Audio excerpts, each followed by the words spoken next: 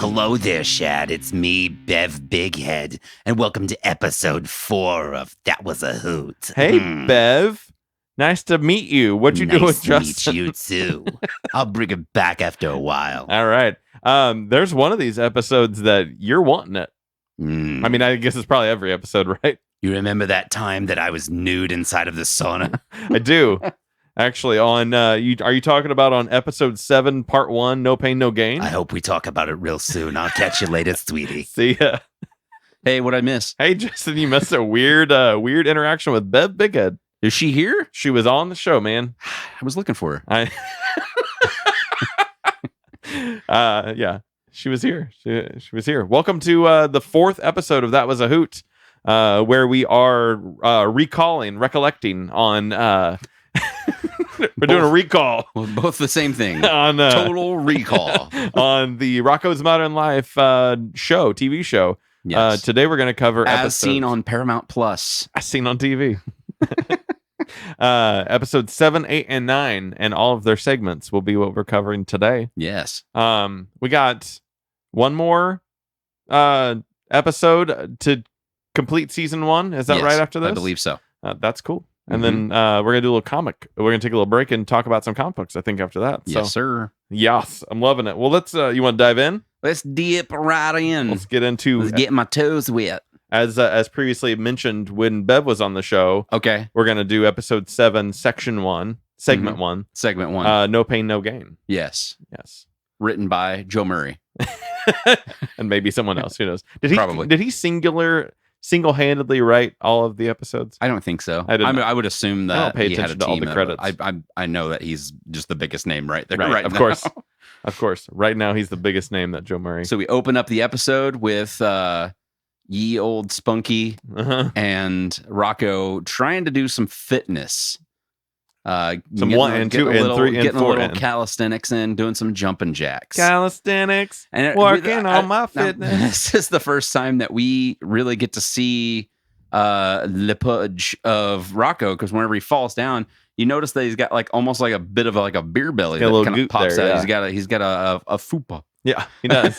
He does. He's working on it. Yeah. He's working on not his fitness. Yeah, and then he is just like, I am out of shape. Yeah. And then enters Heifer, I believe, Yes. right thereafter, who now does not fit through the door. They've been since we last saw them. Breaking the seams fitting through. Hey, Rocko, I was just coming over, and breaks through the door casually while he's still talking and finishing his line. He gets tickets to the gym. Yeah. To Flambe La Flab. Which is weird. Where does he get the tickets from? Did they explain I that? don't think he does. He's just like, I got 2 tickets to try it out. Yeah. Which is the weirdest concept. So they get tickets to try out a gym Yeah. that It's not like Gold's Gym or Planet Fitness are out here being like, hey, here's 2 tickets. Come and work out for a day and see if you like it.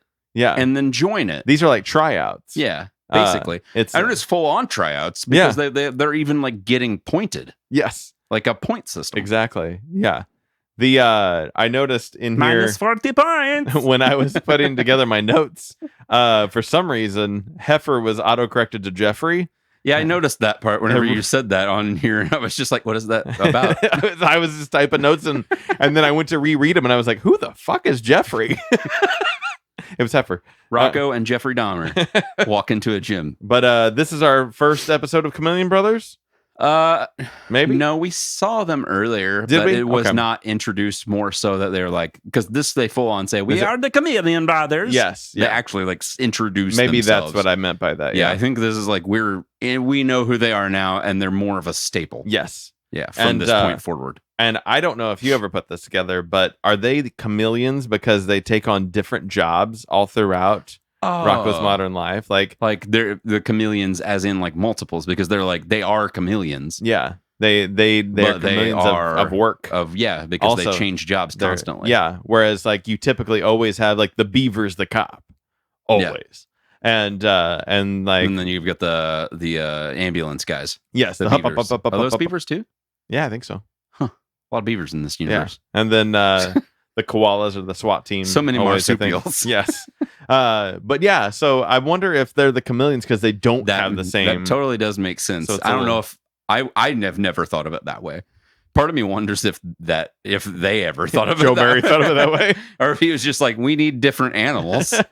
We've only got these frogs. We need more amphibians. Right. Yeah. There's not a lot of snakes and Yes. things of that nature here. But yeah, after that we go to the gym. Flam Le Flab. Is it Flambe Le Flab? Flambe Le Flab. Yeah. Le Flab. Something flambe. I think it's flambe is Flambe the Le end. Flab. Yeah, Well, it's something Le like that. Flab. Le Flab for sure, Yeah. like for your fat. Yeah. But I don't know if it's flam. Fillet the flab. Flam the Flab. Yeah, I don't know, because autocorrect, I think in my notes, may have gotten a hold of Flambe. So in this instance, the Chameleon Brothers are our kind of like gym guides. Yeah. I don't know that they're not really there during like workouts or lifting and stuff. They're just judging kind of, people. Yeah, that's exactly what they're doing. They're Yeah. just there to judge. Yes. Like literally, like whenever I said minus 40 points, they're like there's a point system Yes. somehow correlated with how well they're using the equipment, how well they're actually like doing, like as far as fitness is concerned. And I think they also take off points because there's not a point in time in this episode where Heifer is not eating something while doing everything. Yes. Yeah. Yeah. And I wonder, because they run it, and it seems like it's almost like a country club, like it's a membership, exclusive membership type situation. Where do they get the money for this stuff? Because like later on, whenever you see their like coffee house, we know we keep referencing to it because that's like their origin story kind of a thing. But when you see the coffee house, it's like a hipster kind of cool coffee house type vibe and everything to it. But it's not really like a big high end thing. Like this is like the fanciest of the fancy of gym and fitnesses places that I've ever seen, real life or cartoon. So it's bigger than Globo Gym. Yes. Even I would say. Yeah. It looks bigger. Yeah. I think and fancier. It's got a lot of nooks and crannies to work out in. Absolutely.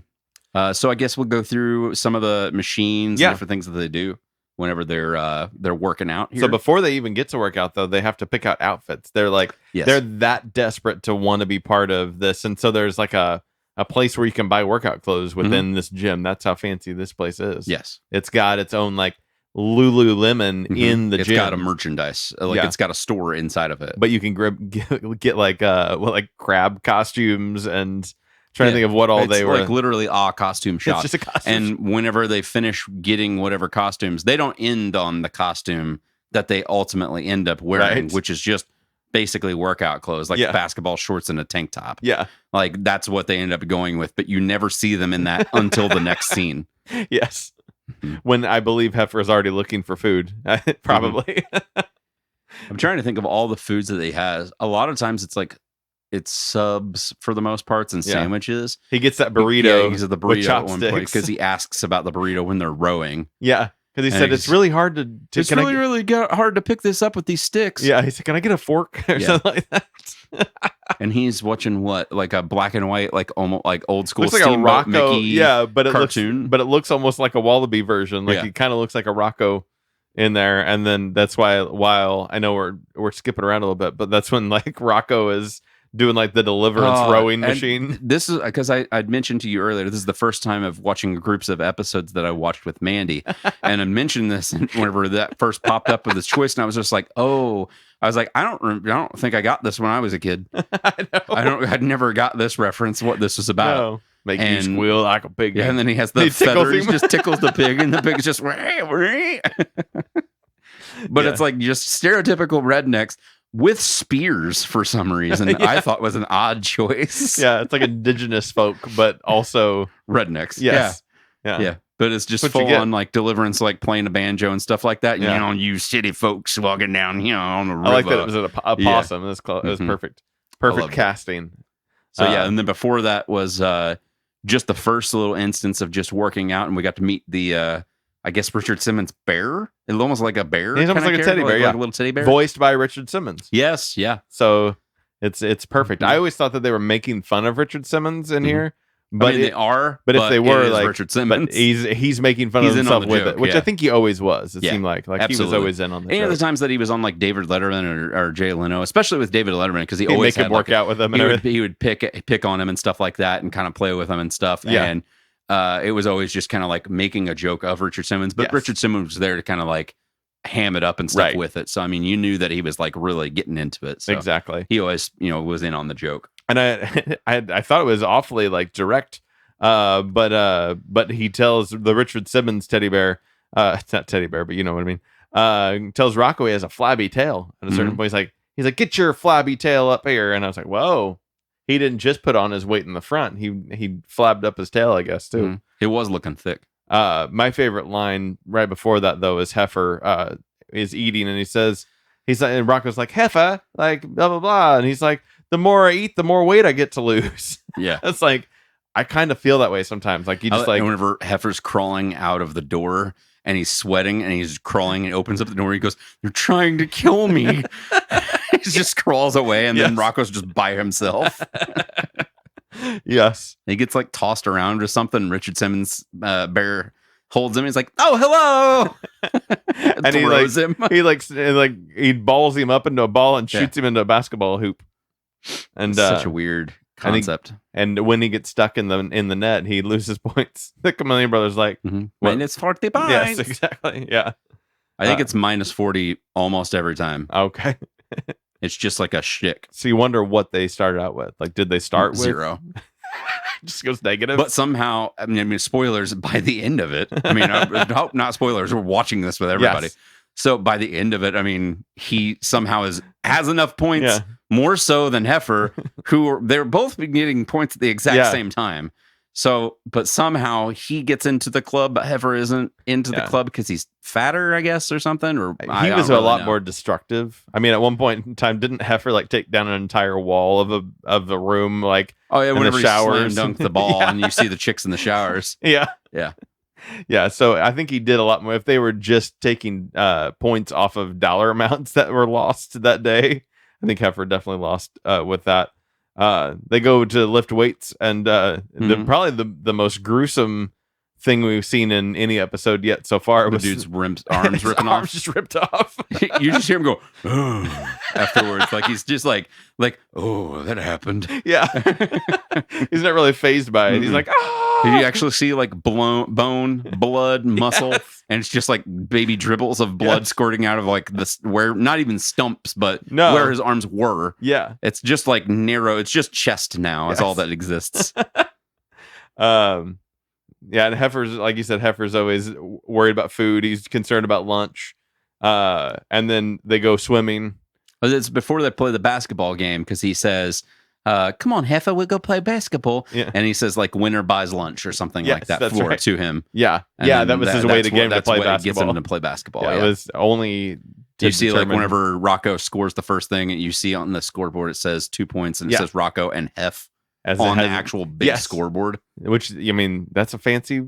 Once again, it's a fancy gym. They changed it out specifically because they knew it was going to be a 1v1 game between Rocko and Heifer. It's pretty good. They go swimming after that. Yes. And then Rocko does a nice little dive in the pool, and they're like, well, I think they were supposed to do a race, weren't they? Yeah, they were racing each other in the pool. But like, he hops in the pool and he says, "The water feels great. Come on, we'll have a race." and then Heifer, he was like, "Heifer," and he doesn't see him. And it goes up not 1, not 2, not 3 diving boards, but 4, or that is touching the ceiling where Heifer dives from. And completely drains the pool and lands on Rocko. Lands on Rocko, who is now flat like Judge Doom in Who Framed Roger Rabbit. And the Chameleon Brothers give them 3 discs. Do it in their voice. Tisk. And then the other one does that. Oh, one on tisk. Yes, 3 discs. Tisk. Yeah, like that. You do it really good, and it's entertaining for me. If nobody else, I'm glad you like it. Dance monkey, I want to see it.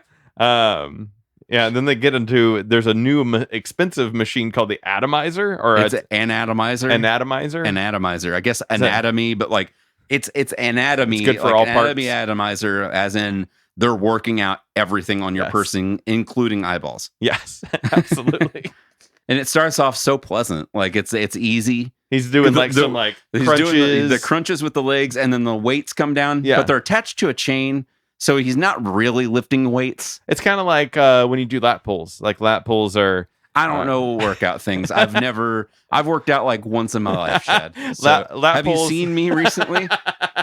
all 230 pounds of this man. Lat pulls you pull down, and it is like on a chain, on a pulley system. Yeah. Okay. And the weight's on the other side. That's what that was. Yeah, I think so. It almost, to me, I was just like, it's like, because it was on easy mode basically, or whatever their easy mode was called. I forgot. It was just it had bar. modes, and it was just a bar that came down on a chain, and he was lifting it so easily that it was just like, I wonder if it's just like going up and down, and he's just kind of going through the motions because it's like quote unquote easy mode. Yeah, typically there's some weights on the other side that give you the pullback down.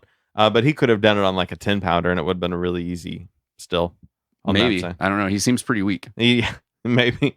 But it doesn't bode well for him once he gets up to whatever. I can't even remember what the level was. I can't remember either. But it was the expert of it, and he essentially gets shaken into a liquid form and thrown onto a mirror. The fucking eyeball thing is so disturbing. Whenever they you see get him, some like, real big eyeballs. These few episodes, just like sucking on them, like he's milking an eyeball teat. I think he ends up on that mirror, and that guy's like, "I can't see myself." And I can't see myself. And he's like crying about it. He tells on them with the Chameleon Brothers come with squeegees. Yes. And squeegee him off into a bucket. They're just like, oh, Rocko. And this is when we get to see Mrs. Bighead. Yes. Yeah. So they move on to lunch, I guess. It's in a club, like a jazz club, like a jazz club that's like a lounge, but it's also a sauna. Yeah. At the same time. Yeah, you wear towels. Which I don't, and it is a cartoon, yes, but I don't think that climate would be good for the piano that she's talking to, because I think that she's talking to the piano. She's the piano man, but I mean for the piano specifically, I don't think that would bode well for a piano. That kind seems of warp probably wouldn't stay in tune. Yeah, I think the wood would probably be done for pretty soon. Absolutely. But they spill something, right? Because they're taking drinks. They're doing cheers of like a orange juice smoothie drink thing. Yeah. And Heifer's saying tour health or whatever. And he's like, yeah. And then they do a cheers, and he drinks it, and then he busts Rocco's glass. Because he's so rough with everything. It spills all over her. And then something happens where they're trying to get a towel to clean it up. Well, yeah. And they rip off her towel. Because Heifer goes, oh, I've got a towel right here. And he just like reaches behind him, and it's Bev's towel. Yeah. And then she's like, I'm naked or whatever. Yeah, she's nude. And then she runs into the piano, busts her head out of the piano, and then that is her new suit that she then busts through a door and goes out of. Which once again, Heifer causes a lot of money for this. But unless the Chameleon Brothers were there actually seeing it happen, they wouldn't really have known, I guess. Yeah, truly. that's true. Good point. I mean, unless everybody was just like, that guy's the asshole that did it. Yeah. Absolutely. And then so we kind of come to the end, and they, like you said, Chameleon Brothers offer Rocko, which Rocko seems doubtful that it's even going to happen. He's like, all right, we'll leave, and they're like, Rocko, don't leave. Like, you can stay. Heifer has to go though. And he chooses to stay with his friend instead. So they're locked in together. Friends forever. Turns down the membership, and then they're at home doing some thigh master work, Suzanne Summers style, eating pizza and watching TV while they're doing it. I would. That'd be awesome. I would totally eat some pizza, watch TV, and work out. Just instead of working out. I mean, I guess I could. Yeah. Sometimes I have you ever had a thigh master around, or as a family member? My grandma did. Yeah, and I would try to do it. I feel like one of my aunts had one, maybe on my dad's side. I can't remember. But so my grandma was your aunt. Yeah, not that one.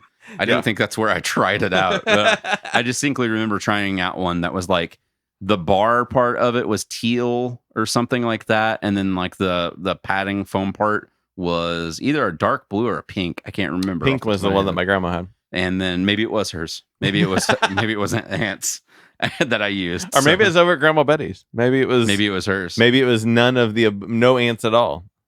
Maybe no ants. We should talk about episode 7, segment 2. Who gives a buck? Who gives that buck? Very cleverly named, as all of them are. Guess we're going to go to the Conglomo Mall. Yes, this episode. That's right. Predicated based on Rocko is using a lava lamp somehow as an antenna for his television that can only get one channel. That is a Scottish channel of a guy playing a bagpipe. Yes. So It's so weird. When that lava lamp explodes, yes, as most do, and acts like real lava. Is a lava lamp. Inside of that lamp is real lava, and melts multiple things, destroying the TV, melting off legs of the couch, leaning everybody down to one side and making a spring explode out and jettisoning him off onto the floor, telling Heifer, maybe we should get a few things. Yes. That couch has been in his family for generations, apparently. But that lava lamp did it in. But yeah, the lava lamp did it in. So Heifer comes up with the brilliant idea of, you don't have the money for it, then pay later. Yeah. Just get credit. That's going to solve all your problems. It's classic. This is a classic. 100%. This trope. is a classic yeah. trope. Every sitcom has done this. This show is doing every sitcom's tropes. This is a sitcom. And that's true. Good point. Yeah. It's just for kids, but not really. Not really for kids. Not so much. So he gets the mail. I think Heifer is actually going through his mail. Oh, maybe, yeah. And it comes to the thing where he realizes he has a credit card. Glowing like envelope. Yeah, he's like, ooh. And gives it to Rocko. Rocko opens it, and it has the card in it. And he's like saying, you could charge it. I don't know, kind of a thing. And then we go to the mall. We do it. We go to Conglomo. We go to the Conglomo Mall, and we go through the dense forest. Parking's horrible. What was do you have anything about the forest in your notes? Oh, I don't know. I don't have the forest in my notes. When they go through there, it's a like a national park forest that has a sign on it, and it says something about enjoy the beautiful lush scenery. And as soon as they come over the crest of the thing, it's just the fucking mall, and the parking lot and everything. And it's just like they've built it in the middle of a national forest.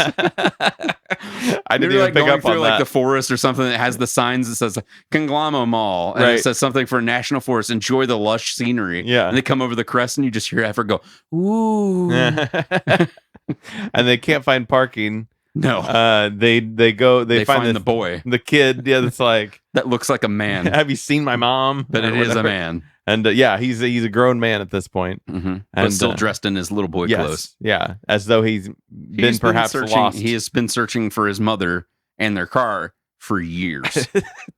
That's how bad this parking lot is. Yeah, absolutely. So they can't find a spot, so they continue to the what's it called? Outer space. No, the parking garage. Oh yes, they want to try out the parking garage, and they start going up. Yeah, and as they're going up,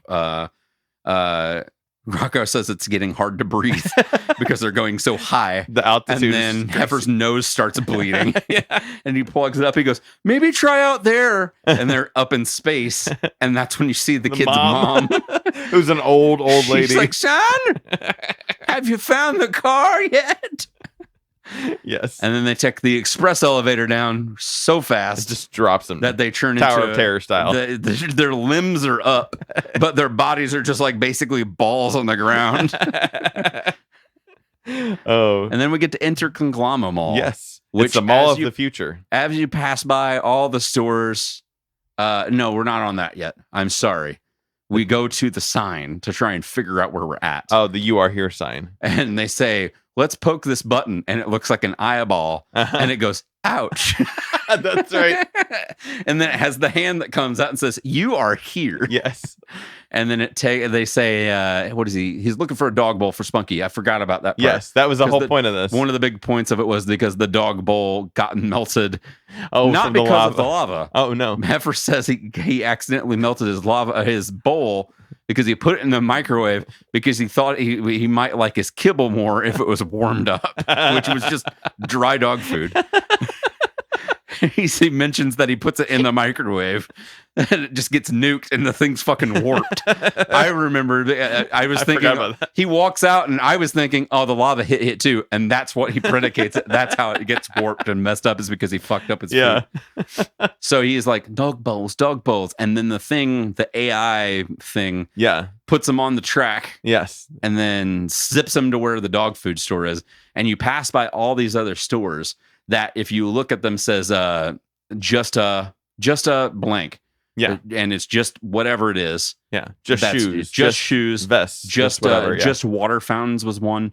And it was like all the things. And then you just dog bowls. And they get jettisoned into the store. Yeah. Where you meet the seedy guy that we'll see come back in several different other episodes later down the road.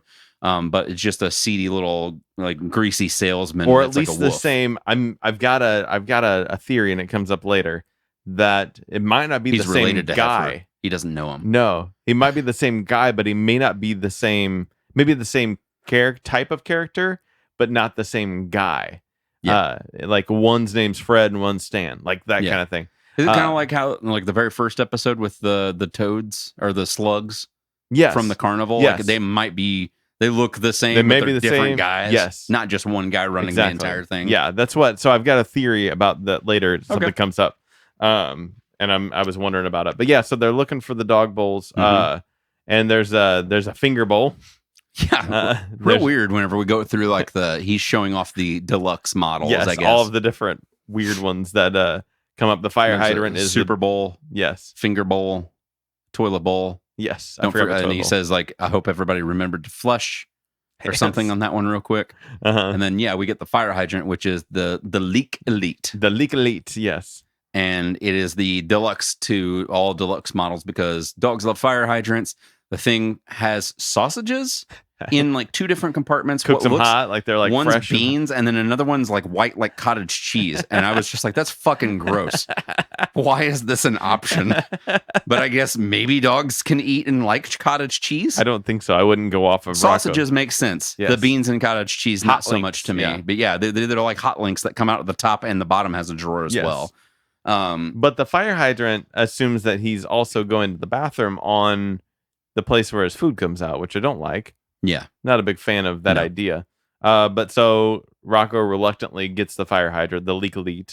First time purchasing with the credit card. Yes. Very reluctant about it. Still reluctant about it until we go out of that store and they just walk out, which I remember like they're not on the... Yeah, they're not on the path anymore. I guess maybe they're just like walking around now and just browsing. And we get to see the sad clown and iron lung, which for whatever reason Rocko is in love with and melts. Yes, literally melts. It's his favorite thing in the entire world. He's always wanted one. He says, like it's common. I've always wanted one, and it never does the credit card. He's just like no, and then it happens to like that's where it starts with the maybe I could pick up a few more things. Yeah. And then it just escalates from there to like what suits. Eventually we see that he buys a yacht with that at some point in the mall because it's in the yard. Yeah. Outside. That's right. You see all the stuff that he bought. Yes. Along with what looks like a replica statue of David. Like just a bunch of like crazy fancy shit. Oh, yeah. There's like, and you go to the yacht's like outside by the garage where his shitty little car is still parked at. But then there's also like a new big fountain with like shrubberies and other statues and shit all around it. Yeah. Chandeliers and stuff outside before you even get inside. And then you get inside and he's just like, maybe I did get carried away a little bit. I wonder what his credit limit was for that. A lot. I mean, how much is the cheapest yacht? That's a good point. You know what I mean? That alone is like, enough. And it was a decent sized boat that we're talking about. Yes. I mean, like, how much is the cheapest yacht? Because it's got to be more than that. Because that was a nice one. Yeah, that's not bottom of the line yacht work there. I'm thinking he had 0 credit limit, and this is like cartoon. We're gonna buy whatever the fuck we want, kind of a thing. Absolutely. But had to pay it by 8 a.m. the next day. The debt collectors show up. Yeah, but I mean, like the next day, they're not ready even to go. Like they're home. It's like dusk. It probably like 5 or 6 in the afternoon. Not even, like this is like a 16-hour turnaround that you're looking at. That he's gonna have to pay this shit. He's ready That's to go. ridiculous. Yeah, they want that money. They do, and they are basically the equivalent of every mobster. Yes, that you could think of. Like pay your money. Yes. Yeah, and then they throw the brick through the window with the note tied to it that says the exact same thing that he had just said on the phone seconds earlier. Yeah. Just to show you that they mean business. I guess they're just going to break a window. Yeah. But then Rocko wakes up and everything's gone, including some of the other stuff that he owned, like broken things, like the broken TV is gone, the fridge is gone, like everything is gone. All that's left is the couch. It took him extra stuff. The collateral. It was is what they were holding back for it. And then after everything's gone, we get a knock on the door. Mm-hmm. Heifer's there, and he felt bad knowing that everything was going to get taken away and that it was kind of his fault for saying, you should just use a credit card for everything in the first place. So then he has the fire hydrant, the Leak Elite for Spunky. Yeah. And he's just like, you don't have any money. How did you get that? And he shows that he sold his second stomach to the Scottish TV show that we saw earlier. And the dude's playing. That's where I was thinking of earlier. That's what its throw up is, because it comes. He's playing it's all the like stomach, like the bagpipes, junk out of his intestines. It's like donuts, like unprocessed, like undigested donuts. Yes, cake. A box of the stuff that he eats. Yeah, an entire box. Pasture puppies. Yeah, like an entire box comes out of it, and then at the end of it, like it squirts out at the screen like this yellow. Yeah, that's goop. right. Yeah, and that's like that's stomach what acid. Mandy was just like gross. Yeah.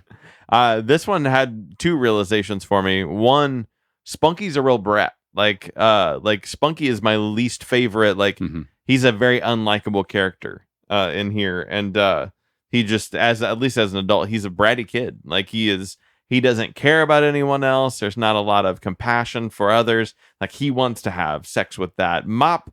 He doesn't care about how anybody else is. We'll say this. He is a dumb dog. He is. And I mean, that's really all there is to it. Yeah. I don't know if he's necessarily just bratty as much as he's a dumb dog. He doesn't really think about anybody else's feelings because it's just a dog. And he also has probably I don't know, autism. Dogs can have autism. Yeah, maybe true. He's an autistic dog. Good point. He sits real weird. Yeah, his legs are always up whenever he sits. Yeah, I mean, maybe he's just some kind of like mental disability. We know, as we find out later on, that he does have leeches. Like he's got ringworm. Yeah, and he's got ticks. Mm-hmm. And so he's got all kinds of. He's got. Is a tick episode in these? Mm-hmm. Is it? As where leeches. Oh yeah. Okay. Yeah. And then also we find out that Heifer is a really caring person, for as deadbeat as he can be. Yeah, very, very rarely. And this also kind of predicates the fact that we had talked about at the very beginning of this that maybe Heifer does have secret money. Yes. Because he has the money that falls out of his thing whenever he's on the carnival ride. Yeah.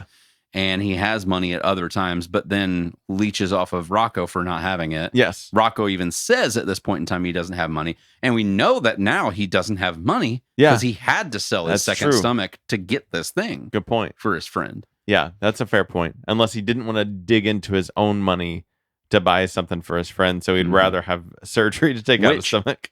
Think about this. This as segment 2 to the segment 1 that has it is. Yeah. He had said at one point in time in that segment 1 that as he was there, they were weighing themselves. And he said he gained 55 pounds while he was at the thing because he kept eating. Yeah. He lost all that weight because he sold that second stomach. Yeah. So now he's back to his original weight or less than. That's right. Because of that. He lost some weight. Yeah. Yeah. But I think my question. And now you can't eat as much. That's right. Yeah. How many stomachs do they have? Is it just 2 or is it 4? Is it 7? 5? 7 stomachs? I don't know. Cows? I don't know. I thought it was 4 stomachs. Maybe. I believe he said it was his second stomach, and I was just like, I think they have more than He's 2. got number 3 and 4 still. Yeah. He's sitting on money. I know. I would have just went ahead and taken them all, maybe. Isn't there an episode later on where he is like thin at one point in time for something? Maybe. I think I remember perhaps, that. We just haven't gotten to that part. But I think Heifer is overall a better person than the others, than Rocko and Spunky, and we haven't seen a lot of Filbert. Obviously, he's a better person than Big Heads. Yeah, for sure. But you think he's a better person than Rocko? Yeah, I think so. I think Rocco's like the most caring person of all of them. He gets mad at Heifer whenever Heifer's doing dumb shit because he expects more of Heifer. I guess just on a personal level, but he goes out of his way to do a lot of things for not just for himself, but for his friends and for Spunky for sure. Yeah, but he doesn't ever Heifer doesn't get mad at anybody ever. He's just he's old. Oh, yeah, he's laid back. Yeah. He's just I'm not saying he's a bad person. You just don't know if he's a better person. I don't know if he's better than Rocko. Gotcha. Okay. Rocko has just got crazy bad anxiety about everything, and rightfully so for a lot of reasons. Right. But then also, I mean, he does have a lot of those episodes where he cares about his friends and everybody around him. Immigrant with deceased parents that I think I have a theory about that too that will come up with it later. I was really thinking hard about these episodes this week. Man. Let's get into episode 8 though. We need to. Episode 8, segment 1, Jet Scream. So this is Rocko getting tickets to Las Vegas to a comic book convention.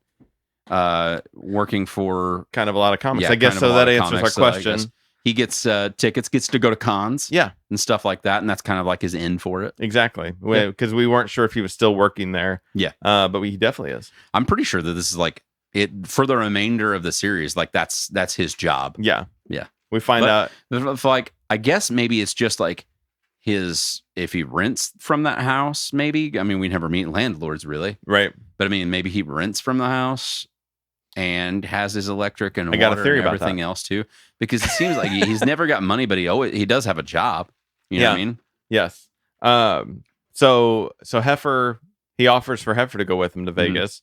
This is also, I think, the first time that we mentioned a location that is in the real world. Yes. In that Las Vegas does actually exist, and O-Town is just it's just in the United States. I wonder where it's at, like based in. It's a kind of a Springfield type situation where it's just anywhere USA kind of a thing. I would imagine. It has to be a little bit close to some sort of city though, since we get a lot of conglomerate, like Conglomo type things going on too. And no small town around here has a fancy gym. So it's got to be somewhere close to a city. Even your Planet Fitnesses and goals are nowhere near as fancy as that. Heifer doesn't fly though, at least until snacks are announced, and then he decides that he will try to fly since they do have food, even though he's definitely afraid, it seems like. Yeah. So they get to board D-Reg Airlines, the greatest name for airline, and you can definitely tell that this is pre 9/11 TSA. Yeah. Where they're just 100%. Like everybody's going through with whatever they've got, except for Rocko. Go ahead. He's got ahead. He's got to get down to his skivvies before he can do anything. No, out of his skivvies. He's in the nude. He's nude and gets his teeth pulled. Right? They pull his teeth because he's got a fill-in or something. Do they do it like in another room or something? I think you see like the pliers going towards his mouth, and then they go to the next scene. Yeah, that's the transition, which I thought was a good, just kind of, it was a tongue-in-cheek way of saying that getting through the TSA is like pulling teeth. I didn't know if that was what they were trying to convey, but that's what I got from it. I'm glad you did the over loudspeaker thing, because I remember I had to. Mr. Maniac, Mr. Kleptomaniac. Please put the white phone down. I heard something and I had to rewind it and throw subtitles on so that I could hear exactly what they said. There's so many things, like a lot of this stuff that they try to throw in, like that kind of a thing, is very reminiscent of like Airplane. Okay. Because that happens like in Airplane when they're walking through the what is it called? Not Terminac. Terminal? Through the airport. The terminal. Through the terminal of the airport and stuff, and they say different names and stuff like that. And I can't remember what it is. One of the lines, whenever he's getting ready to, one of the main characters is picking up a phone, and he says something about, and it sounds like he's ordering from like McDonald's or something like that. He's like, put number 4 on hold, or put number 4 down, hold the mayo, because he's supposed to also talk to the Mayo Clinic about a character that's coming on the plane that's sick. I see. Or something, and it just sounds like a big long like order. Right. Yeah. Gotcha. They end up checking their luggage, which was a mistake. It's always a mistake. If you can avoid it, don't check your luggage, because they shoot it out into space. And that's just where it goes. But they show all these airplanes, these like really nice fancy ones. I don't know how you get by with an airplane with a pool on the top of it. I don't know. It's like Soul Plane. I'd have never seen Soul Plane. I haven't either, but I remember that distinctly. It has like a pool or a jacuzzi or something on the top of the plane. Really? Yeah, like on the box art or something for it. I'm pretty sure. Awesome. That's after I remember watching that, and I was just like, "Oh, that's like Soul Plane." Yeah. And then they've got this tiny little falling apart plane, which like once they go across the it's like held together with like bits and pieces of wood and duct tape, like bubble gum, probably. But they go in, like once they board and everything, they take the little walkway, whatever it's called, off of the plane, and it like just takes a piece of the plane off of the side of it and everything. That's the one that's called the tarmac, isn't it? Is that called the tarmac? That's the tarmac. Idea. I'm pretty sure. I got you. I was trying to think of the name of. That's what I was thinking of earlier. Whenever you had said terminal, I was going to call the terminal a tarmac, but I'm pretty sure that's the tarmac. Okay. Yeah. And then this plane has first class. It does. Surprisingly, they are not in it. Well, no. Heifer, he finds his way in. And the captain. So this is your captain speaking. Yeah. Like that voice. That is a trope for the ages. Is it like? Yeah, it did not start here. It started in like the 50s and 60s. Because like fucking Carol Burnett show. And when shit. I fly, it's your captain speaking. I expect it to be that exact voice that comes from Rocko's Modern Life.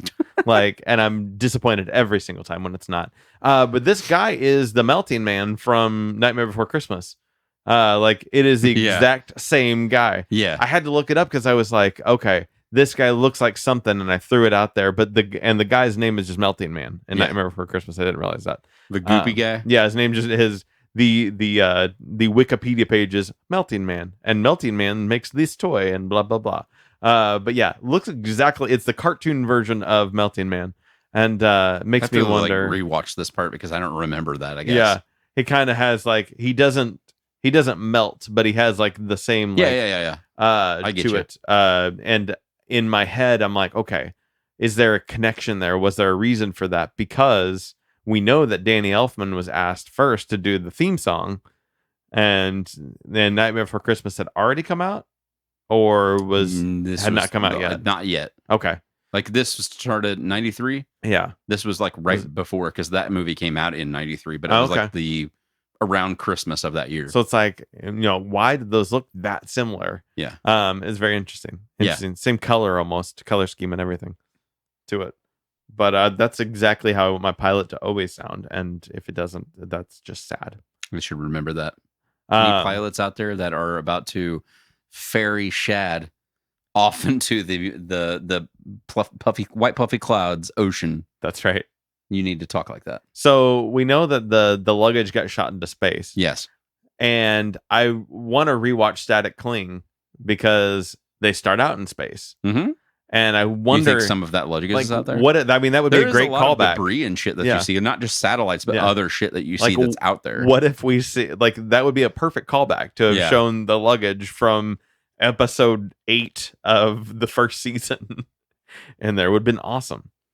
I still think I think we mentioned it in that episode though too. If the bullfrog from the very first episode never made it back. And that was something that they called back. Good. Like just whenever they're still in the ship or something, you just see Mara! Or something like he's still orbiting somehow. Yes. After all the years. Mm-hmm. They the plane is rough takeoff. Mm-hmm. And when it goes through. Yes. The opening credit. Yes. Area. And he gets like that was a hoot. Yeah. Yeah. I forget that that's actually part of the show. Yeah. Like it's just a thing he says. Yeah, and they just cut it into which is it's wonderful. And the controls that Heifer has, obviously the heat and the air is really extreme, and I don't think you actually get control of your own heat and air. I think you just get control of your fan. When they turn on the heat, don't they like melt?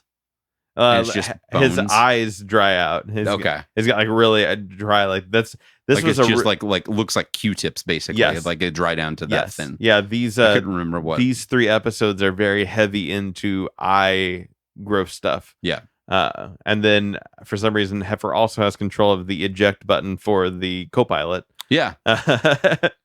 And jettisoned out. Shoots him out of there. Well, it is like a defunct whole plane and airline. So, I mean, it makes sense that would be back there. Also, why does a passenger plane have an eject button at all?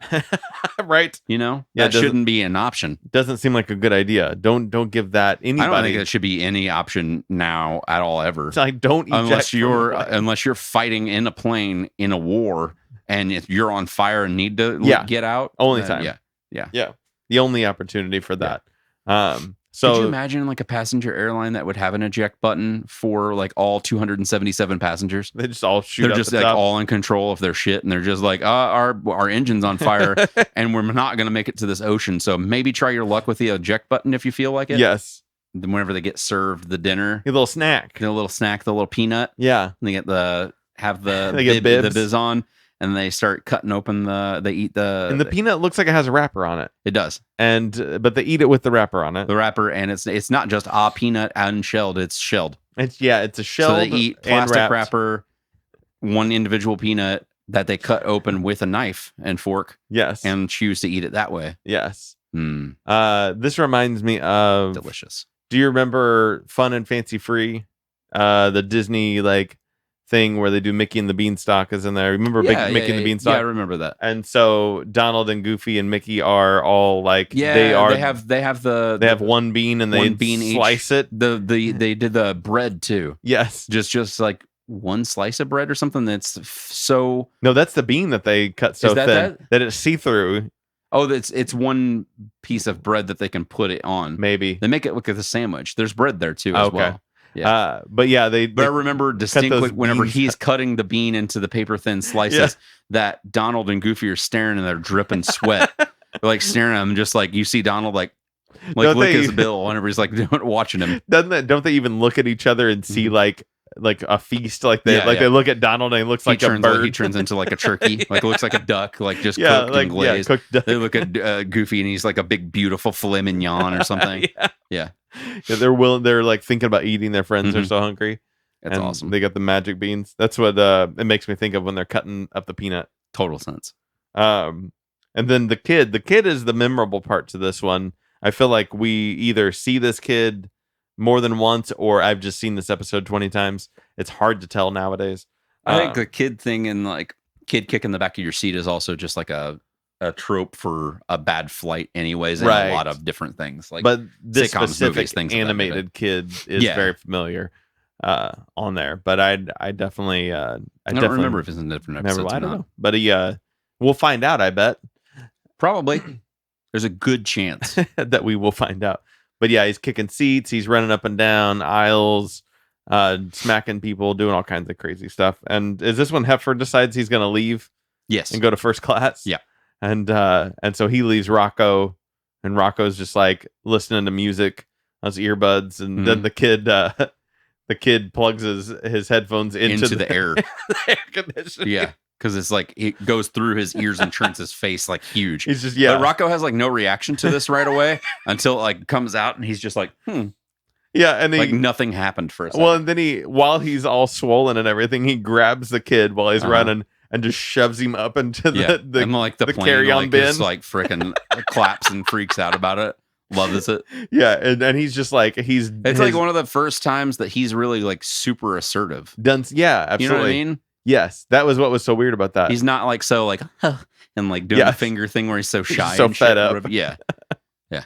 He and then they have because he unplugs the headphones and that's where his head goes. And that shrinks back down to normal size. And the porta potties are in the back of the it's like actual outhouses. There's like 3 or 4 of them. Yeah. And they're all lined up and the skunk walks out and one's like, don't go in there, something like that.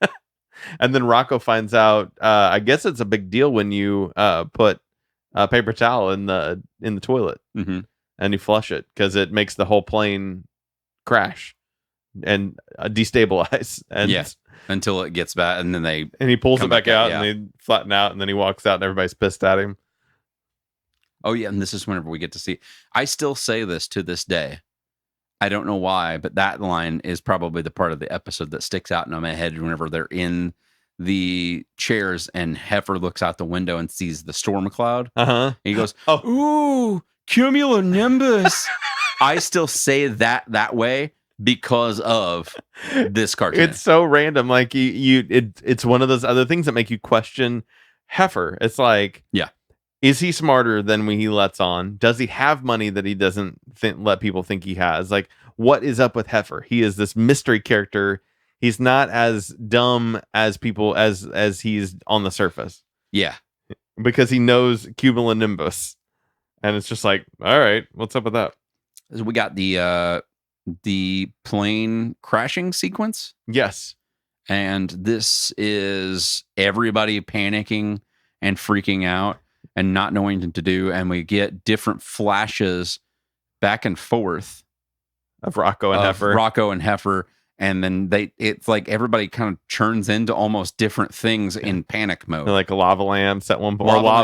Yeah, and it's just like everybody's just real wonky looking. Uh-huh. They turn into like giant eyeballs at one point in time. Yes. And just a bunch of different There's things. Like some famous painting that they look like. I can't remember what it is. But yeah. It's like a not the farmer's wife one, but no. It's like a Picasso type scenario there. And then there's, I guess, alligators or crocodiles. I'm not sure which ones are the people who work at airports, because we see a bunch of them at the one they take off and then the one that they crash land at. Surprised they didn't go with the Chameleon Brothers. Right. And they create a nice bullseye target. Yeah. To crash land on. But they'll definitely hit. And they did. It's a bullseye. They did a great job. They had to. And so then this is the other part, which I think it ends up getting used over and over again, like in maybe ads when we're kids. And maybe that's what part of this is growing up, is like it's the ads for Rocko's Modern Life. What's coming on is like everybody rushes out of that plane, but then Heifer slides down. Keeps going into the plane, goes up through the crash and goes into the thing, keeps going, whee! Yeah. Whee! Like every 20 seconds kind of a thing. And that's kind of a dissolve for the episode, isn't it? Like, I thought so, but then Rocko ends up taking a bus. Yeah. And Heifer's like, where are you at? I'm on the plane. And Rocko's like, no thanks, I am not. No planes for me. And then ends up that all the people from the plane are on the bus, and then the pilot is the bus driver. Yeah. Yeah. So, and then we never get to see them go to Vegas. No, not at all. Like, never mentioned, never seen. No. I'm assuming that that Rocko either, I don't think he makes it. You don't think he? I'm not saying he dies. I'm just saying, like, I don't think he makes it there. I think there's another incident. It's another incident, or something else happens to where he ends up just getting fed up and goes home. Yeah. And then Heifer makes it there and has a great time. Yeah. Because he's got all of his money with him. Maybe, he's like, maybe even wins a bunch of money. Wins even more. Yeah. Maybe even gets married in the Chapel O' Love. The chapel. I like that. 8.2. 8.2. Dirty Dog. Dirty Dog. Dun, dun, dun, dun, dun. Start with another infomercial. Yes, sir. Seemingly directly speaking to Rocko. I mean, like, is your dog smelly? Does he? Is this the one where the finger actually like comes out and points at him? I don't know. Because like it comes through the TV and points at him whenever he's talking. Do you? And it actually like is direct. I can't remember if this is the one off the top of my head or if it's because that does happen at some point in time. That's funny. It's like so direct, and he's just like sinks back into his couch because the finger's like right in his face. And they go to like this like fantasy of how dirty Spunky gets. But it looks like pasture puppies are growing on Spunky. It's the same crap that falls out of Heifer's mouth when he's chewing pasture puppies. Which, I mean, it's likely that could be. Pasture puppies are essentially like grass food. Yeah, that's true. Yeah. So, I mean, I guess almost it could be like he's growing grass on them or something like that. It's the same kind of like moldy and whatnot. He's turned into a chia pet. So the commercial was for Scum Away doggy spray. Yeah.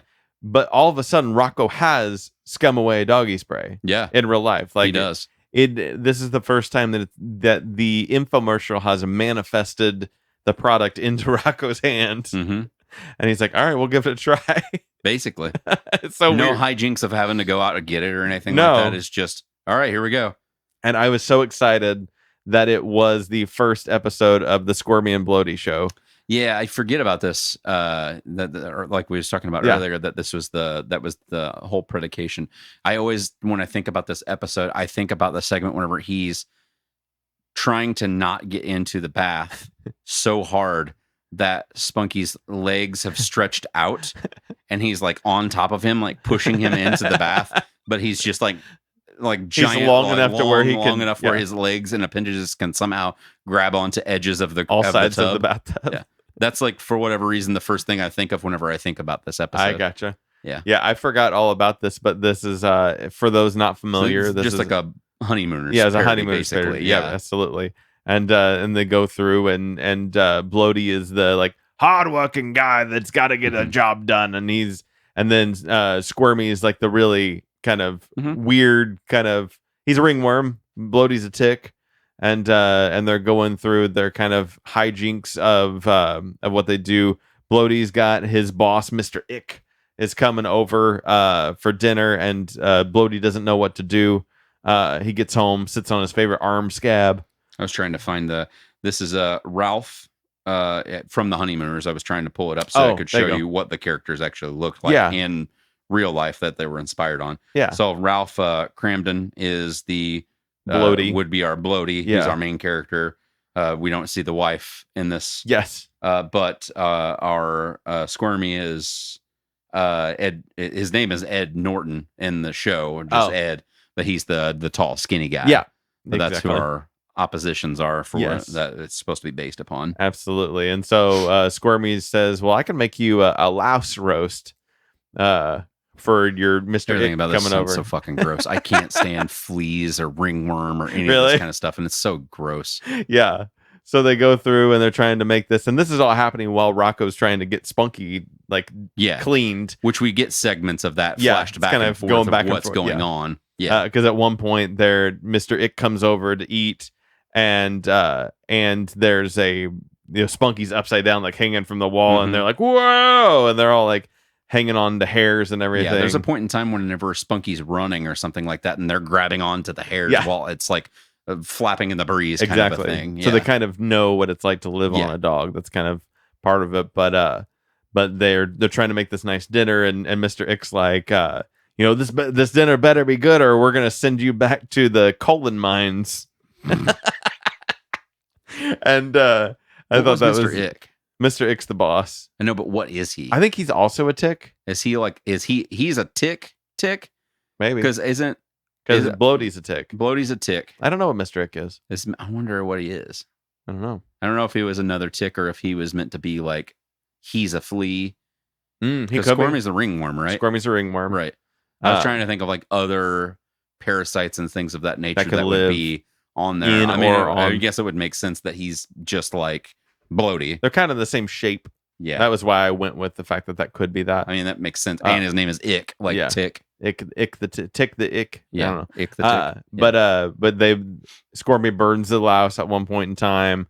He's like, I'll fix this, stall him. And they eat, they get straws out. Bloaty brings straws out, and they just Bust stick it into Spunky's veins and start drink drinking his blood. Yeah. And which predicates him to start itching, because that's right. What starts to happen, and you see the on him. And then they have dog sweat on tap. So they're going through that. It's frothy. Yes, it's frothy. Bubbly and clear and gross. And then at some point, Mr. Ick gets hit on the head. I don't remember why. I think it's because of the scratching. Oh, it's a scratching. It's whenever you see the ball come down at one point. Oh, and they all run away, and Yeah. Mr. Ick gets caught in the middle of it. Yeah. And so then he kind of gets amnesia after getting hit in the head. And they're like, oh, you had a great dinner, because they didn't actually have the dinner prepped and everything. And he's like, well, I did. And like, yeah, you loved it, and it was a good time. And like, well, I did. And go through all that to the point where he's so impressed with, I guess, Squirmy's his louse roast that he never actually ate, and his hospitality, and he gives Squirmy a promotion, but it didn't work for him. Yeah. Like, he's like, well, you got the job. And so Bloaty's not too happy about that. Absolutely not. And then Spunky gets to the bath, right? Yep. So then they go through, Spunky gets in the bath, and now they're washed up on an island, and Mr. Ick is nowhere to be seen. So we're guessing that he drowned or he's in the water. Probably. So along with all the other ones that we assume work in the colon mines, maybe, or the colon mines are probably safe, because they're probably in the colon. Yeah. I don't know. Maybe he didn't give him his worm medication this time. And then we get a Gilligan's Island parody then, because now they're stranded on an island and Bloaty is now taking the skipper's kind of role, and Squirmy is the Gilligan of it all. And then Bloaty's itching, and Bloaty's got mites on him. Yeah, mites. I was like, I don't even know what is and that one is like I love Lucy. He's like, Lucy, I'm home. And I believe in a future episode something happens where they end up living on Rocko. Oh, okay. In the future. Because I remember distinctly something happening where Rocko is like itching at the end of the episode instead of him. He's trying. It's a time that they noticeably know that Spunky has fleas and has ticks and stuff like that. Yeah, and so then they do all that work, and then Rocko ends up with them at the end of it all. That's right. I do remember that. He's still dirty or something. Yes. They're trying to give him like a flea bath or whatever it is, and he at the end of the episode is itching and shit, and Spunky's still dirty and gross. Exactly. Yeah. And then so my only question to you. Oh. We do get a bath day is a very dangerous day. Bath day is a very dangerous day. And my only question to you is, if you had parasites on you, what sitcom do you hope that they would be modeled afterwards? Not afterwards. I've had ticks and they've ruined my life. Yeah. What's a sitcom about ruining my life? It's like I don't know. If I had, I would want Tapeworm, Ned's Declassified. You want Ned's Declassified? No, Degrassi. You want Never watched an episode. My Tapeworm's Drake. I want Friends. You want Friends? Gross. Yeah, that's what they would be. What parasite would it be? I don't. Well, I mean, I think they all were their own unique individuals, so we would have like 6 different ones. What parasites would you pick that you would want? I don't know that many parasites. You could have ringworm. Ringworm could live inside of you, and tick, and yeah. Well, that wouldn't be inside of you though. Yeah. I don't know. Some sort of weird disease. Mm-hmm. How about they'd all be like different venereal diseases? Ooh, RuPaul's Drag Race. That's what you want. Yeah. They're all venereal diseases. Episode 9.1, Keeping Up with the Big Heads. Yes, sir. Or the Joneses. Groovy Home and Gardens featured the Big Heads lawn on the cover. It's a magazine. That was a great magazine. Groovy Lawn and Garden. That's if Better Home and Gardens was ran by Ben and Jerry's. Yes. It'd absolutely be Groovy Home and Gardens. Groovy. Groovy. So we know that this episode kind of gets to be about like Ed Bighead's yard and everything, but I was really disappointed not to see the salmon bushes. Yeah, it's like I felt like they make a comeback again. Like you see them down the road, but maybe not. Perhaps maybe it was just for the one like guffaw for Spunky to be eating the salmon off of the salmon bushes. That was it. They were just like, I guess we could just like not have to animate and draw salmon in all of these bushes and get away with it. Yeah, for sure. I guess. But I mean, they didn't really maybe care about canon so much back in the 1993. Could be. But I noticed that they just haven't really talked about how good Ed Bighead's yard is before. Like this is kind of out of nowhere. It's out of left field a little bit. I guess he did care about his bushes. Yeah. But he was tending to those whenever that was going on at that point in time. So I guess he has been known to work in care yard of some kind. Good point. But we haven't seen is Rocco's yard look this trashed, and I don't know why it all of us. Did they have a drought? Did something happen? Yeah, I don't know. Because everything is especially torn apart. I like the last time we saw it this bad was in the opposition. Whenever it was the Suck-O-Matic and it sucked the yard clean. Oh, yeah. Remember? Sucked all the grass out and everything. So, like, it was sucking everything out. And then that's whenever you saw the paint off the cars. And the perv looking at the little fairies that were dancing in the tall grass in the back. And he's just like, licking his lips and shit. Yeah. Yeah. So it's been a while. And that was, maybe this is, if they put things linearly, maybe this is post Suck-O-Matic. Yeah. Maybe that's why. Probably would have to be. Yeah, I like that. We'll keep that up. This is canon now. Yes. Ed has bugs in his yard. Yeah. And he doesn't kill them. No, he keeps them in prison. It's like a bug prison. They just because he's going to eat them later. Is that why? Yeah. That makes so much more sense. That's their death row, kind of quote unquote, if you will. Oh. because I was thinking, why wouldn't he just kill them? That's what they eat. That makes so much more sense. Okay. Bev's needing some love though. She's like, oh, Ed. Always coming. She's like hanging out of the horniest housewife. She's ready to go. But there's a weed coming from Rocco's yard that keeps trying to like break through. He's like, I want to break free, and he's trying to get into Ed's yard, and it's like a tentacle with thorns. And it's doesn't it grab Ed and starts dragging him around and stuff, and then Bev's still trying to talk to him about. Yeah, he's like, hey, Ed. She doesn't want. Yeah, she's not into the stuff anymore. She's not necessarily wanting sexy time. She just wants his attention, and he's getting like taken over by this weed. He tries to talk to her every now and then. Whenever he gets like back on this side, he's like, anything for you, loveykin. So then it goes back over and slams him around. Yes. So I liked that. I thought it was a little deep.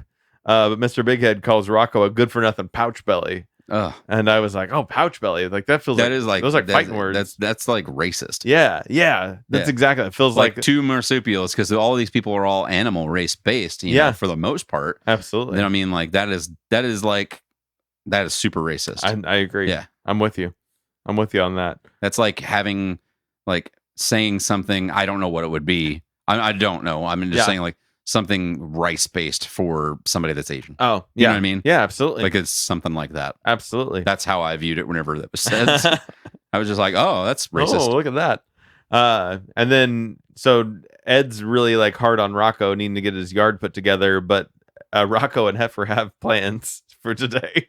And those plans are to wake up, to eat again, to sunbathe while eating, TV and then snacks, and then eat some more. Yes, I feel like Heifer put this list together. He pauses 100% positive that he did, but I mean, how as an adult as you are right now, how good does that plan sound? Sounds awesome for a day. Like you have your house and chores are done. It's all done. Yeah, you had a vacation day, but you're just at home. It's a staycation day. Yeah, this is what's on your list. I'm in. You're in. I'm in.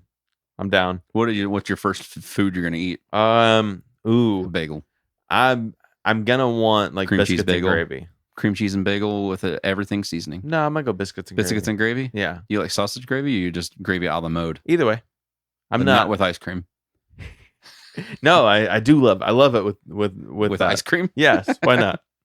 And then Mr. Bighead comes to tell Rocko that his weed that Rocco's weed had killed his prize-winning begonias.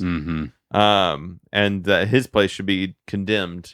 I feel like begonia is the most douchey named plant out of it's very fancy. Any of the plants. It's a little highbrow. You have to have an astute nose and wear a monocle and go after you say it whenever you finish it. Yes. Yeah. And so then we get another timetable. We got a timeline to get something done by, just like we did with the credit card debt. Yeah. And Ed's going to call his nephew, who works at the city office or whatever, and will condemn his house by 6 o'clock. 6 o'clock! If he doesn't get it fixed.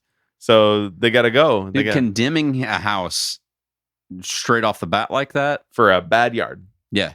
Like getting a citation written from like the city is one thing. Getting a note on your door. Condemning a house and saying you can't live here and nobody can live here anymore. Yeah. A little rough, yeah.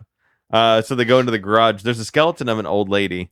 I don't know what that was about. Who is that for? Here's my theory. Okay. It's Rocco's grandma who moved to the States, and then she passed away and left him the house. Okay. And so he moved from Australia to the States after his parents passed to live in his grandma's house, and that's why he doesn't have to pay for the house. But why is the skeleton there? He keeps it. He's like Norman Bates. Okay. He's a little Batesy. He's a little Batesy. But we also see the Succomatic. Can that be my rep name? Little Batesy. Got you, little baiter. Yeah, the Succomatic's there. I'm scared for him that's still a thing. Why is that still in existence? Exists. Yeah, that's a problem. It could be a problem at any point in time. And then I like that Heifer's like, well, we don't have enough paint to paint the house one color. Let's just mix it up. Yeah. And then it's like it's kind of brown. It's kind of green. It's green. Yeah.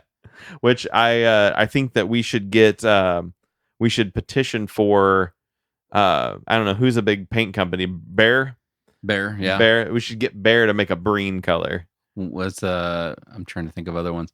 Benjamin Moore is a Maybe. paint. Yeah. All kinds of Sherman Williams. Something Clark something. I forget. Something Clark, maybe. Griswold. No, not Clark W. Yeah, but Sherwin Williams would be good. I bet we could get them to American Family Insurance. Yes. I just want to American Graffiti. American Family Insurance. But yeah, we could get them to get a breen color would be awesome. Yeah. And it's Rocko sponsored. We'll get working on that for the 30th anniversary of Rocko. When is that? In 2023. 2023 is 30. Yeah. That's a lot of years away. Yeah. So 2 years from now, we can get an official paint color. We can get an official. As long as it does this. Yes. About what's to happen. Yes. You're right. If it does that, then I'm in. It's in. So they're working on that, and Heifer's eating nails and using the wrong side of the hammer to fix the roof. Yeah, I know. I love that so much.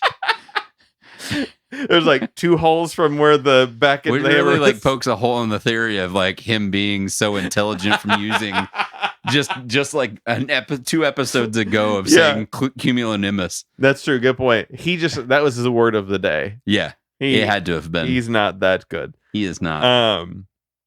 And then Spunky gets in the filler mix and gets spread onto the outside wall when they're doing that. So why are they tarring the yard? That's so much like that. There's so much shit like that happens throughout the series to Spunky. Spunky's just like he's one with everything. Mm-hmm. Why are they tarring the yard? Yeah. I don't know. What is up with that? Or you think that was meant to be pointed directly at the driveway? Probably. And just it's facing the wrong direction, or from our angle, it's not really explained well. Yeah. Because it kind of looks like, and I guess that would make sense because the driveway is towards the right. And Ed's house is towards the right, and he's looking over the fence and gets tarred. And so that must be it, which is they did a long, there's a long way to get to a tar and feather joke. Yeah. Because evidently there is a international feathering patrol that is a bunch of plucked chickens. So basically nude. Yes. Nude chickens with just like the little fiber hairs on their bodies. Yeah. And there's one like watching out at the house, like near a phone booth that calls into the, I guess, an aerial strike. And there's just a plane that's flying around full of feathers. Oh, it's probably the best. It's the best thing. It's pretty good out of these 3 episodes. There's there's a bunch of random stuff that happens at the very beginning of an episode we just talked about. But that was pretty good. This the random tar and feather. Yeah. Just so weird. And then Rocco's laying seeds down while Heifer's eating his. And then I've never expected, well, I guess maybe as like an infant, maybe my mom or dad helped me like plant like seeds, and then I was like, it hasn't grown anything, but never since then. And Rocco's like, nothing is growing, because he expects that seed to get up there because he knows that something needs to happen. Yeah. And then Heifer, I like Heifer's face whenever he defecates. He asks if maybe you need fertilizer, and he's like, can I give me a sports page?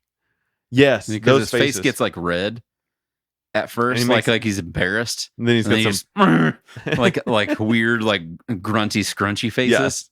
Yeah, that's some classic Heifer though too. 100%. That's another one of those scenarios where I'm like, has this happened more than once, or is this stands out from seeing this so many times?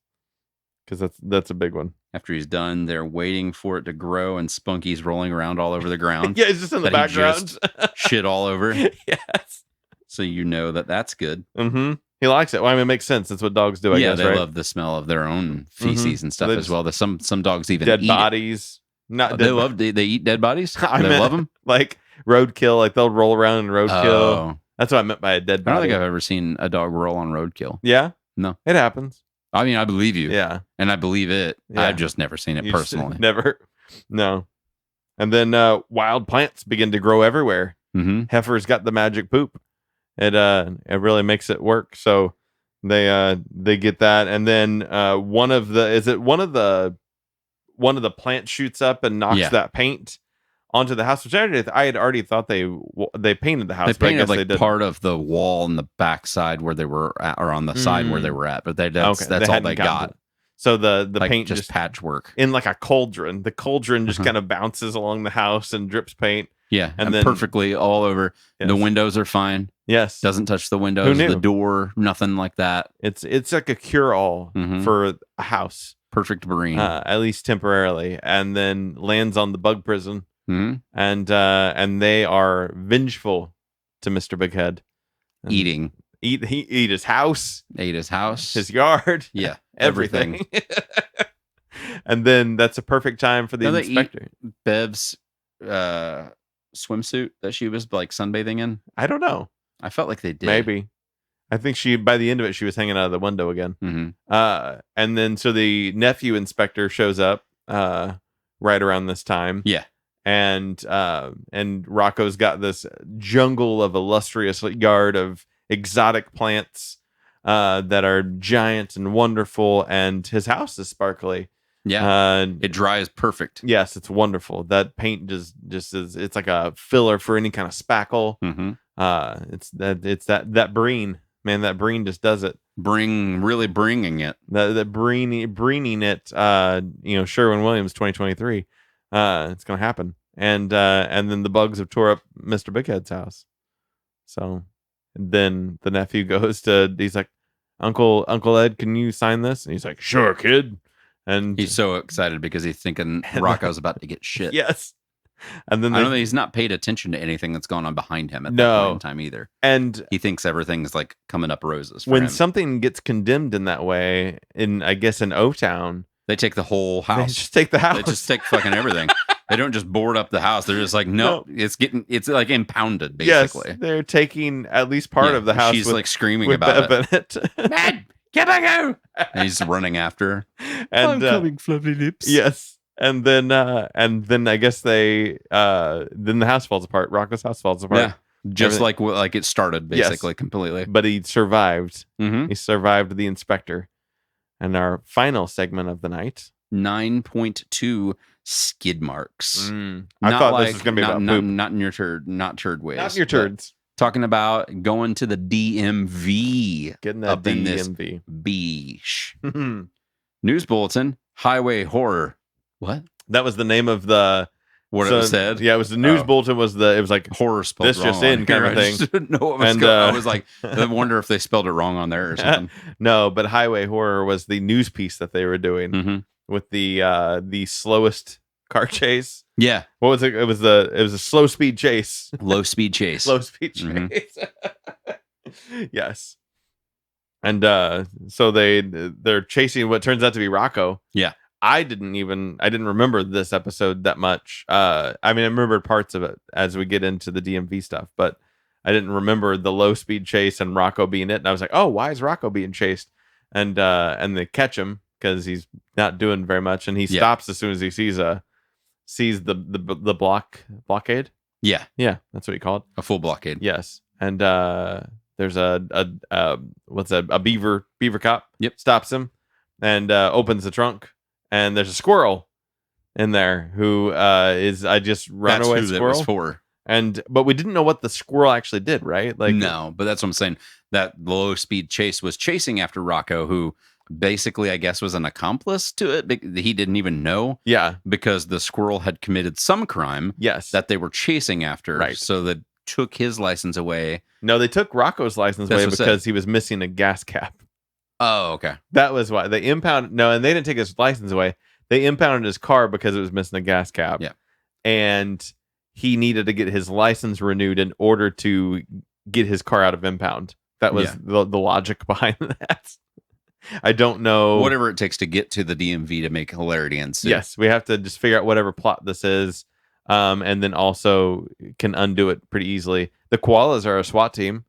And And I think that is I think we always see Koala as a SWAT team. Maybe that's just their job in this world. They do a dance number. They do. It's very nice. Mm-hmm. It's very nice because he gives him a come ticket out and they give him the ticket and they're like, he goes, "That's it."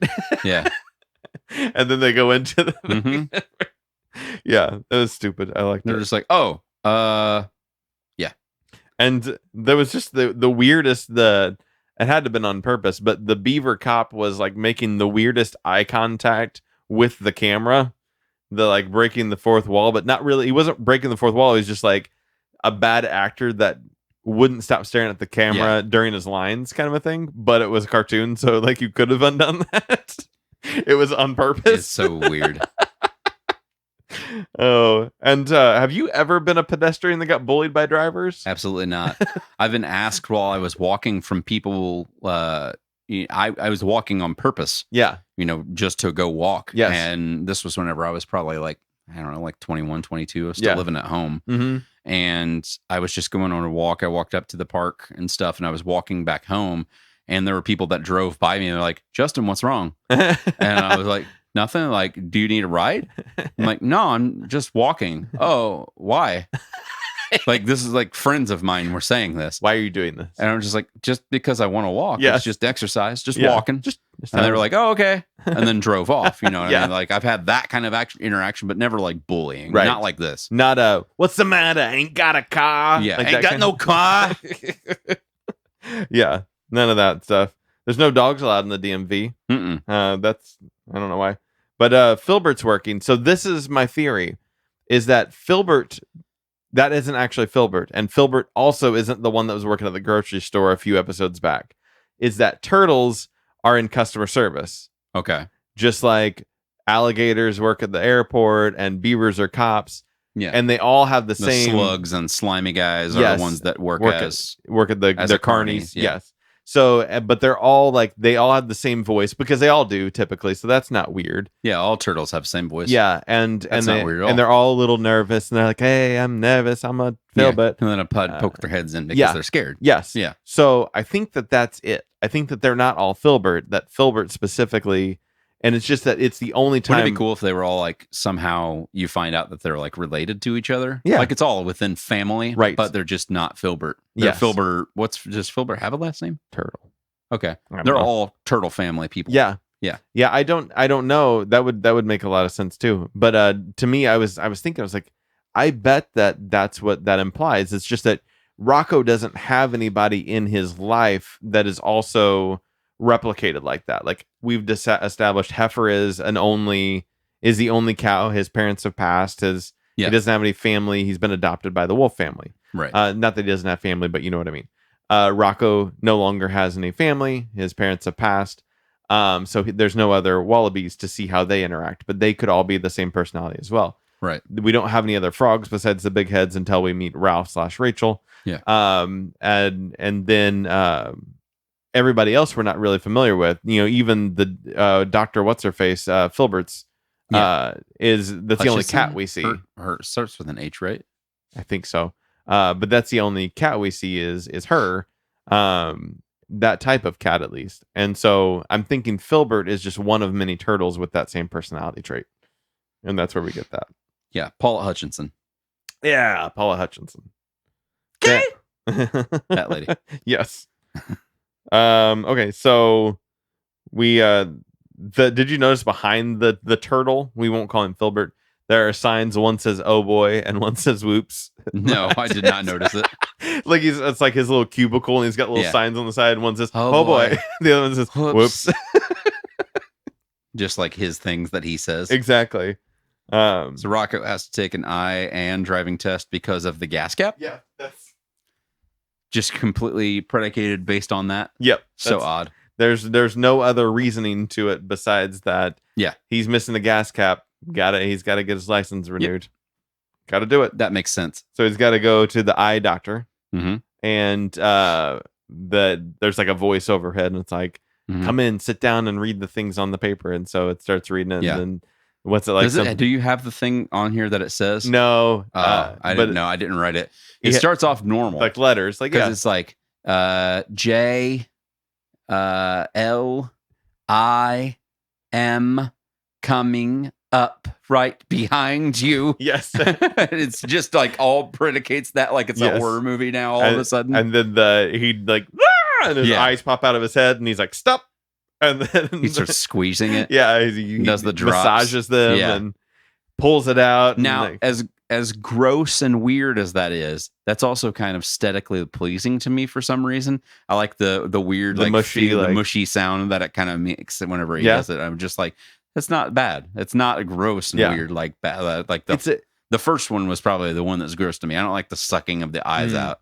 It's pretty good as far as like a tactic to be an eye doctor. If you need to scare somebody to get their eyes out. Yeah, you get them like really bugging, and then like you can like really see what's going on. Yeah, in there. I thought it's a good tactic. He seems like a fairly decent eye doctor. Yeah. Rocko passed the test. He gets to move on, and he tells him not to get the fat guy for the driver, which is the first of... No. Filbert tells him not to get the fat guy. Or the turtle. Turtle says it, and then this guy says... Every person says it until it comes to that point. Yes. So this is a second warning already. Yes. And now he's got to do a written test, which wasn't explained at first. And if I were going to the DMV, I would not be happy about a surprise written test. Right. I would be like, you should have told me about this ahead of time. But it turns out not too bad. There's a mean kind of cat instructor that he's like, I don't think of you as people. I think of you all as wild boars. And then you get the, I'm a wild boar. And that has to show up later too. I'm a wild pig. Yeah, I'm a wild pig. Yeah. It's I feel like that does come up some like again at one point in time because that can't just be from one episode. No, it feels really like familiar. It does feel familiar. Yeah. And then the instructor leaves, tells him not to get the fat guy, but has Rocko like run a slideshow. Yeah. With like a red concrete. Yes. Which is the making fun of what's that? Red something on asphalt, something pavement or whatever. I forget what it's called. It's red pavement, maybe. It is red something, right? Yeah, which was like from like majority of the 70s and part of the 80s was like a very stereotypical thing you watched. I don't feel like I watched it. Did you watch it? No. I feel like did they watch a movie that was like that in Driver's Ed? No. Okay. If it was just some cheesy, chintzy kind of a thing. It was never like that. Okay. When I was in Driver's Ed, 9/11 happened. Ooh, gotcha. So that was impactful. Yeah. But I also passed, so I mean, I can drive. That was also impactful. Yeah. You changed your life. It did. I was going places. Some would say. They use tomatoes to make the red concrete and specifically use the automatopoeia word splort on there, which I thought was first time ever. No one has ever used the word splort until that, and never again. I don't think. We'll find out for sure, like as we continue, because the only place that it would be used is perhaps in this show again, but I don't think so.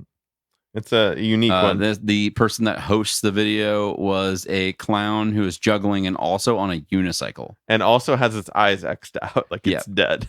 And he tells you not to get the fat guy as well. Yes. In the video that was also pre-recorded from everything. So this guy is legend. He's a legend. Basically. Rocko falls asleep during it, but it turns out when he wakes up that he's got his certificate that he passed. On his head. Taped to his head. And then he gets to go drive. He gets to drive, gets an elephant, a big elephant, thinking that he got the fat guy. Yes. And is immediately worried. Shows up to the thing to get into the test, tells him to get in. And turns out that the car for the driver's test is invisible. Fake car, imaginary car, I guess you will. You see other people also going on imaginary rides on other courses around with them, other people, other instructors. Like one of the guys are like a rhino or something, I think, or whatever. But you see other people that are doing that same thing. And he gets mad. He gets pissed if like you don't make the car noises. Yes. Don't make the car noises, and he's like, "Stop! You know, he's like, and he's like, and he starts writing down like he stopped too fast. Yeah, and then he gets Rocko gets into an accident with his invisible car. Yeah, and the mutant deer, which you know talks. We've been, but looks like a regular deer, kind of. Yes, it looks like a heifer deer, a deer version of heifer. He hit him, or hit. What's he saying? He's going to sue him, or he's like the wife. Wait until my lawyer hears from you. I hope you have good insurance. Like It's so random. But when I see mutant deer, I think of Sweet Tooth. It's hot on my mind, and I was like, yeah, oh, the Sweet Tooth crossover. that makes sense. Could happen. Yeah, but it's weird that the epic Sweet Tooth Rocko crossover we didn't know we needed. The deer that are talking are mutant deer, but then anybody else that's talking is not a mutant. So I wonder what makes those deer mutant. I don't know, because they don't seem out of the ordinary in this world. Yeah, so it's interesting. I'm not sure. So get back after all of that. The instructor passes Rocko. And just tells him to go. He's like, just go. Physically broken and upset because he hated everything that went on. hit the mutant deer in the invisible car in a fake accident that didn't really happen, and didn't do all of the things. Yes. Rocko thought that he had the fat guy. Yeah, he tells the Chameleon Brothers. He gets the photo op with the Chameleon Brothers for his driver's license photo. And then he's like, I even had the fat guy. And they're like, oh, no, there's not the fat guy. And then you see him in the background crying. The background. Yeah. There's the fat guy. And you get to see the guy. This giant dude. Fucking larger than life. Bigger than the building. Yeah. He sits in the imaginary car next to the two people that are passengers and crushes them. Doesn't he have like a horse bridle like in his mouth, and like somebody's like riding on him? Yeah. He sits down. I remember seeing you can see the top of crack, and you see him like just on a person. It's almost like his skin melts out of it. But the Chameleon Brothers give a nice photo shoot, and they throw water on him and everything, like he's like Rocko's a model, and like flash dance. It's this nice drowned look to him, but he likes it. We get Rocko's address and his birth date, which is just a month. He's born in April. Yep. And he lives at 1172 Boogie Boulevard. Which means that the Ed is either 1170 or 1174 Boogie Boulevard, as as a next door neighbor. Good point. And right now we know that there is that Rocko. We learned later. Rama. You had told me Rocko Rama is his actual name, but at this point he's just Rocko on his license. We'll learn later that there's more to it. But this was the I like that we got his address. It was good. And he has to show proof of his gas cap, but doesn't have it. Police officer has the squirrel apologize to Rocko and return the gas cap. So everyone's cheering as the police officer sends Rocko and Spunky off into the distance, the car. So at one point, I wonder, do you think that the squirrel, since we don't know what the squirrel actually did, is it possible that the squirrel was in trouble for stealing Rocko's gas cap?